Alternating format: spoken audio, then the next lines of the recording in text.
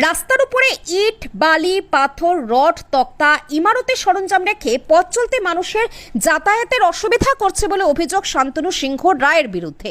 বিধাননগর পুর নিগমের 12 নম্বর ওয়ার্ডের রায়পাড়া রাধাকৃষ্ণ মন্দিরের সামনে রাস্তা আটকে ইমারতের সরঞ্জাম রেখে কাজ করায় পথ চলতে মানুষের যাতায়াতের অসুবিধা হচ্ছে বলে অভিযোগ। রাধাকৃষ্ণ মন্দিরে পুণ্যার্থীরা আসতে বাধা পাচ্ছেন, পাড়ার আবাসিকরা গাড়ি নিয়ে যেতে আসতে পড়ছেন নানান অসুবিধায়।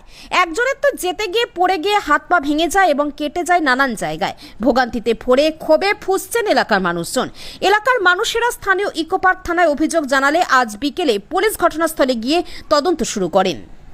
পুলিশ এবং সাংবাদিকদের সঙ্গে বাজে ব্যবহার করেন শান্তনু সিংহ রায়। সাংবাদিক পরিচয় দেওয়া সত্ত্বেও ফোন কেড়ে নিতে উদ্যত হন শান্তনু সিংহ রায়। মন্দির কমিটির পদাধিকারীরাও অসন্তোষ প্রকাশ করেন এই রাস্তা আটকে কাজ করায়। নিজেদের অপরাধ স্বীকার করে পাল্টা মন্দিরের সামনে ওভারহেড গেট নিয়ে প্রশ্ন তুলে বলেন, রাস্তায় যদি বালি পাথর রাখা অপরাধ হয় তাহলে রাস্তার উপরে ওভারহেড গেট বসানোটা কি? মন্দির কমিটি এবং পাড়ার লোকেদের সঙ্গে শান্তনু সিংহ রায়ের বিবাদ দীর্ঘদিনের। এই রাস্তায় ইট রাখা নিয়ে মামলা চলছে বলে জানান শান্তনু সিংহ রায়ের স্ত্রী কাকলি সিংহ রায়। পাড়া একদিকে আর এই পরিবার একদিকে। কি হয়েছে বোন তোমার হাতে?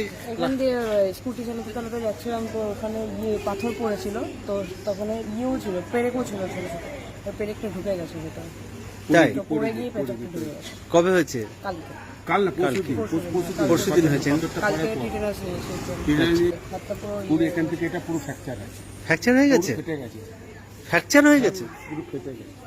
আপনারা দেখছেন যে প্রায় মাসখানেক যাবৎ কিন্তু এখানে এই ঠিক রাধাকৃষ্ণ মন্দিরের সামনে এখানে পাথর, বালি, ইট, ইমারতি দ্রব্য মূলত এখানে ফেলা রয়েছে এবং আপনারা সরাসরি অভিযোগ জানাচ্ছেন এই মন্দির কমিটির সম্পাদক। কতদিন ধরে রয়েছে এখানে মূলত? আমরা এখানে আছি প্রায় 1 মাস ধরে এই জিনিস চলছে। মানে ইমারতি দ্রব্য রাস্তার উপরে ফেলে রেখেছে, আপনারা বারণ করা সত্ত্বেও কোনো অবস্থা করিনি, অসুবিধা করিনি, কারণ এই দিকটা একটা ঠিক আছে। কিন্তু এই জায়গাটায় আজকে মানে এবার বিচ্ছিরি অবস্থা, এই পর্যন্ত পাথর, গাড়ি আটকে আছে, এটা যে অ্যাম্বুলেন্স মানে একদম রাস্তা আটকে ইমারতি দ্রব্য রেখেছে এবং তার কাজ হচ্ছে, তাই তো? প্রতিদিনই তো নোংরা জল আসছে, হ্যাঁ, প্রতিদিনই নোংরা জল আসছে। তাই? মন্দিরের সামনে কুকুরকে এখানে খেতে দেওয়া বারণ করলে কাজ করুন, অসুবিধা নেই। মানুষ 2-2:30টার সময় আসছে, এখানে রড নাবাচ্ছে, যেতে পারছে না, বলছে আমার শরীর আনচান আনচান করছে, আমার খিদে পেয়েছে, আমি কি করে যাবো, রড নাবাচ্ছে। তার আগের দিন এখানে সাইডে হয়ে গেছে পাড়ার মধ্যে। ইন্টেনশনালি এগুলো ইন্টেনশনালি করছে, একেবারে যেন কি করবে কি কারোর সাথে পাড়া কারোর সাথে এনে ইন্টেনশনালি এটাকে করছে, মানে ইচ্ছাকৃতভাবে ইচ্ছাকৃতভাবে, সম্পূর্ণ ইচ্ছাকৃতভাবে এবং মন্দিরের সামনে মন্দিরের সামনে।